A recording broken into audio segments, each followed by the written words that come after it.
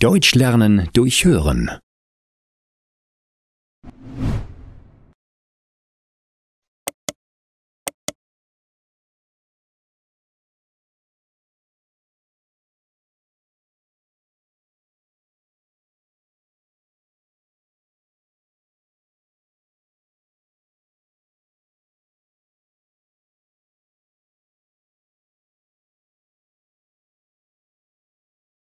Klaus geht es gut. Klaus ist auf dem Weg zur Arbeit. Er fährt mit dem Bus.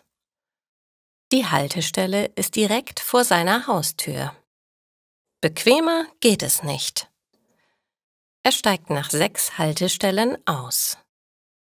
Jetzt muss er nur noch 3 Minuten gehen. Ein bisschen Bewegung tut mir gut. Ich sitze ja den ganzen Tag am Schreibtisch.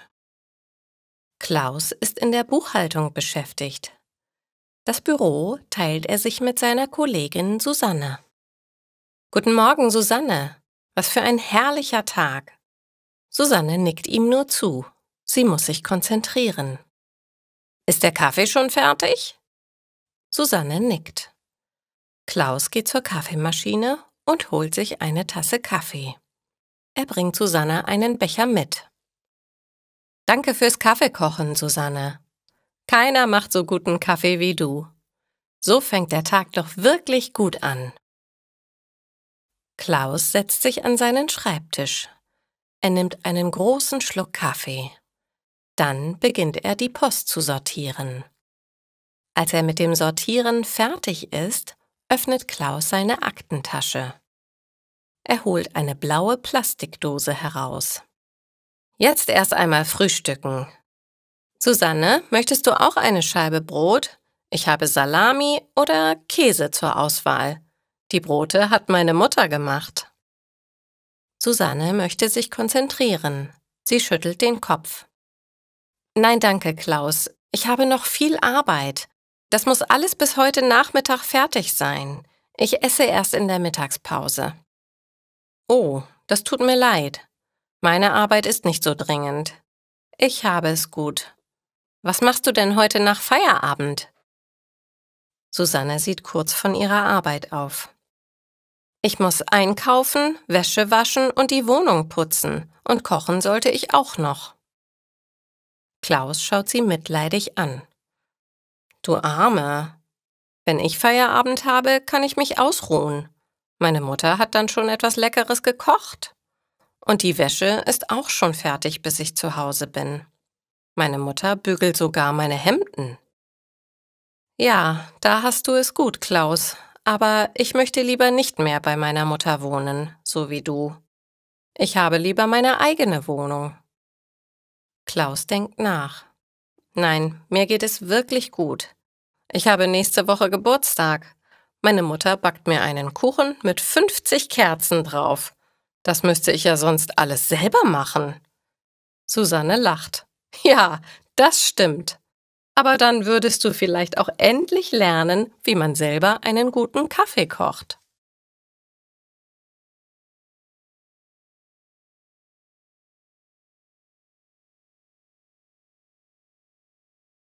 Hotel Mama. Klaus hat Feierabend. Er fährt mit dem Bus nach Hause. Daheim wird er schon erwartet. »Hallo, mein Schatz, wie war denn dein Tag?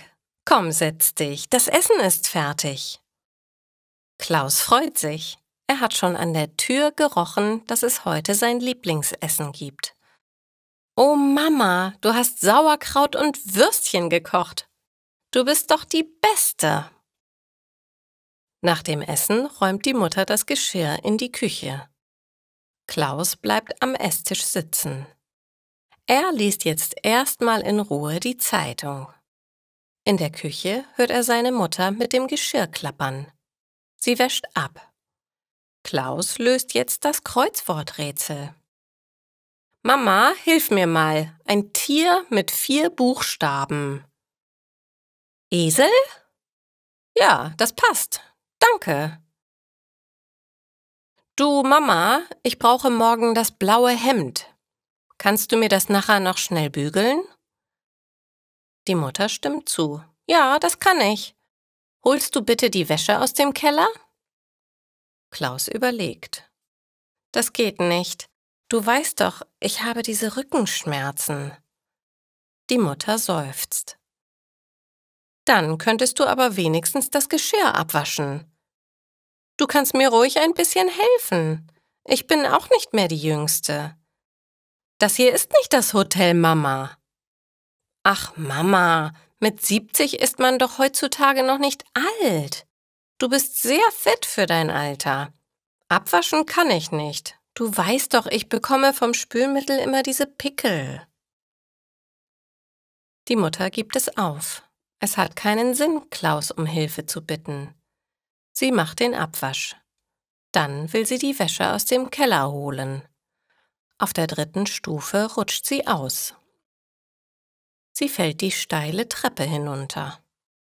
Au! Hilfe! Klaus! Klaus kommt ihr zu Hilfe. Mama! Ach du meine Güte, das sieht nicht gut aus. Ich glaube, du hast dir das Bein gebrochen. Ich rufe den Notarzt an. Der Notarzt nimmt die Mutter gleich mit ins Krankenhaus. Das muss operiert werden.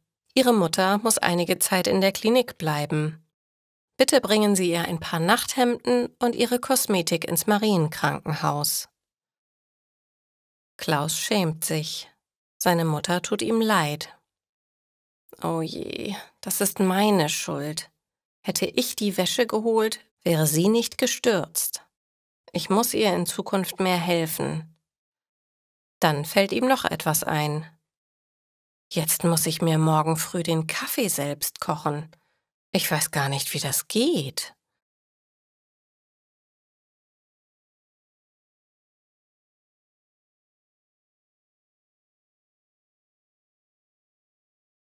Bloß keinen Stress. Klaus hat ein Problem. Seine Mutter ist seit gestern im Krankenhaus. Bisher hat sie immer für ihn gesorgt. Sie hat den kompletten Haushalt alleine gemacht. Klaus weiß nicht einmal, wie man Kaffee kocht. Dabei feiert er nächste Woche seinen 50. Geburtstag. Das schaffe ich schon. So ein Haushalt ist ja keine Zauberei. Man darf sich nur nicht zu sehr unter Druck setzen. Bloß keinen Stress. Zuerst schaue ich, wie die Kaffeemaschine funktioniert. Klaus sieht sich das Gerät von allen Seiten an. Dann füllt er Wasser in die Kanne. Das wäre geschafft. Nur, wo kommt das Kaffeepulver hin? Und vor allem, wo ist das Pulver denn? Schließlich findet er eine Dose mit Kaffeepulver. Er entdeckt an der Maschine eine Öffnung. Das Pulver schüttet er direkt dort hinein. Das wäre geschafft. Bloß keinen Stress. Das bisschen Haushalt ist doch kein Problem. Klaus schaltet die Maschine ein. Dann geht er ins Bad. Aber nach kurzer Zeit bemerkt er einen merkwürdigen Geruch. Er läuft in die Küche. Die Kaffeemaschine raucht. Ich muss irgendetwas falsch gemacht haben, überlegt Klaus. Er zieht den Stecker aus der Steckdose. Es klingelt an der Wohnungstür. Frau Meier von nebenan hat den seltsamen Geruch auch bemerkt. Sie will schauen, ob sie helfen kann. Ach du meine Güte! Klaus, was machst du denn? Ich wollte nur Kaffee kochen. Frau Meier lacht. Aber Klaus, das Pulver kommt nicht in den Wassertank. Du musst es in einen Filter tun und dann hier rein. Sie zeigt ihm den Filterbehälter. Aber das können wir jetzt nicht mehr retten. Die Maschine ist kaputt. Klaus ärgert sich über sich selber. So etwas Dummes. Das wäre Mama niemals passiert. Ich hätte ihr ab und zu helfen sollen. Dann wüsste ich, wie man Kaffee kocht. Aber immer mit der Ruhe. Ich fahre jetzt erstmal zur Arbeit. Meine Kollegin hat ganz sicher schon eine Kanne Kaffee fertig. Bloß keinen Stress. Heute Abend besuche ich Mama in der Klinik. Dann soll sie mir sagen, wie ich meine Hemden bügeln muss. Frau Meier ist entsetzt. Nein, versuche bitte nicht zu bügeln. Du wirst sonst das ganze Haus in Brand setzen. Ich mache das für dich. Aber nur so lange, bis deine Mutter wieder da ist. Klaus freut sich. Danke. Ich verspreche, dass ich ihr in Zukunft mehr im Haushalt helfe. Das Ganze ist mir doch sehr peinlich.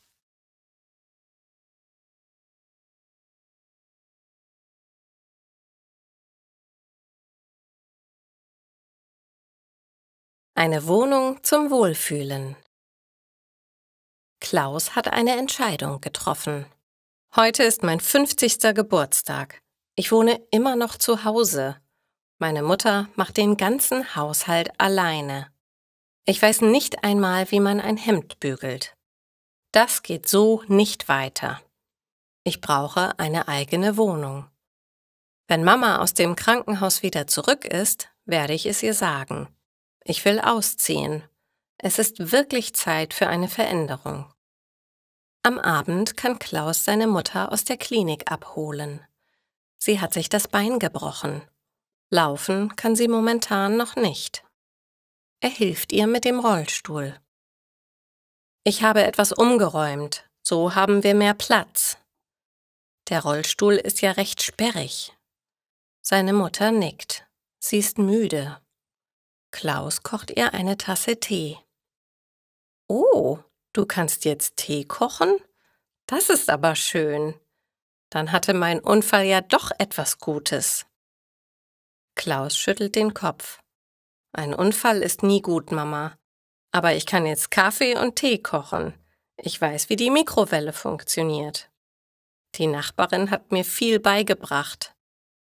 Es tut mir leid, dass ich dir nie geholfen habe. Aber jetzt wird alles anders. Ich werde ausziehen. Dann hast du deine Ruhe. Und ich werde endlich selbstständig. Freust du dich? Aber die Mutter freut sich überhaupt nicht. Nein, Klaus, du kannst nicht ausziehen. Schau mal, ich bin noch lange nicht wieder fit. In meinem Alter heilen die Knochen nicht so schnell. Ich brauche deine Hilfe. Du musst dich jetzt um mich kümmern. Keine Angst, ich zeige dir in Ruhe, wie alles geht. Klaus ist zuerst ein bisschen enttäuscht, aber dann sieht er es ein. Seine Mutter hat sich 50 Jahre lang um ihn gekümmert. Jetzt ist er an der Reihe. Gut, Mama, aber dann müssen wir die Wohnung ein bisschen umräumen. Hier stehen viel zu viele Möbel. Die meisten benutzen wir gar nicht. Lass mich die Wohnung bitte neu einrichten und zeig mir, wie alles im Haushalt funktioniert. Gesagt, getan. Klaus renoviert die Wohnung. Ich hätte nicht gedacht, dass ich so etwas kann. Dann kauft er neue Möbel fürs Wohnzimmer.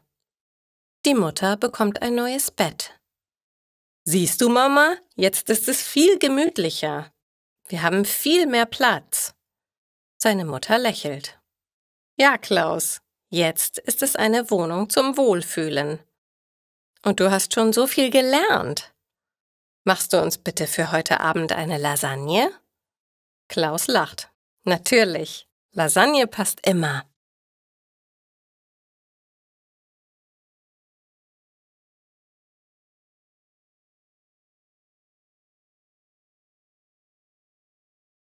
Einmal volltanken, bitte.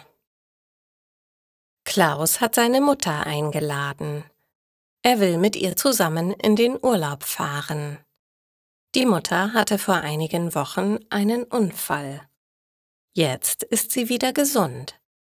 Aber das Laufen fällt ihr noch etwas schwer.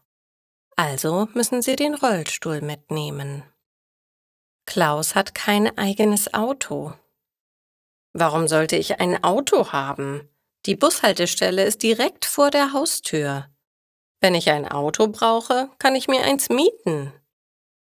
Bei der Autovermietung sucht sich Klaus ein passendes Modell aus. Ich brauche einen großen Kofferraum. Wir müssen den Rollstuhl für meine Mutter mitnehmen. Nach einigem Suchen entscheidet sich Klaus für ein Auto, indem er seine Mutter samt ihrem Rollstuhl bequem transportieren kann. »So, Mama, es kann losgehen. Ich bringe erst den Rollstuhl hinunter, dann hole ich das restliche Gepäck. Und danach helfe ich dir bei der Treppe. Ich möchte nicht, dass du noch einmal fällst.« Bald ist alles verstaut. Seine Mutter nimmt auf dem Beifahrersitz Platz und klatscht in die Hände. »Jetzt geht die Reise los! Ach Klaus, ich bin so aufgeregt. Ich bin seit 40 Jahren nicht im Urlaub gewesen.« Klaus nickt. Seine Mutter hat sich immer um ihn gekümmert. Jetzt möchte er sich einmal bei ihr bedanken. Er hat ein schönes Hotel an der Nordsee gebucht. Allerdings gibt es noch ein kleines Problem. Klaus ist seit 20 Jahren nicht mehr selbst Auto gefahren. »Wozu auch? Die Bushaltestelle ist ja direkt vor der Haustür.« Klaus ist nervös. Wird er es wenigstens unfallfrei bis zur Tankstelle schaffen? Auf welcher Seite ist der Tankdeckel? Braucht das Auto Benzin oder Diesel? Die Mutter bemerkt die Unsicherheit. An der Tankstelle geht Klaus auf die Toilette. Da übernimmt sie kurzerhand das Kommando. »Hallo, Sie da, junger Mann? Können Sie einer alten Frau mal bitte helfen? Einmal voll tanken, bitte.« Als Klaus zurückkommt, lacht sie ihn an. »Du musst nur noch bezahlen. Vollgetankt ist das Auto schon.« »Ach Mama, was wäre ich nur ohne dich?«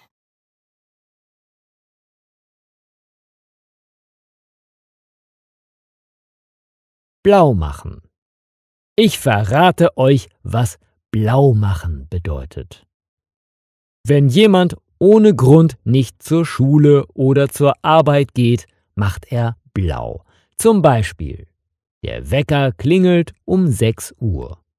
Florian wacht auf, aber er ist noch sehr müde und hat so gar keine Lust, aufzustehen und in die Schule oder zur Arbeit zu gehen. Er sagt: Ich glaube, ich mache heute einfach mal blau. Er zieht sich die Bettdecke wieder über seinen Kopf und schläft weiter. Er macht blau.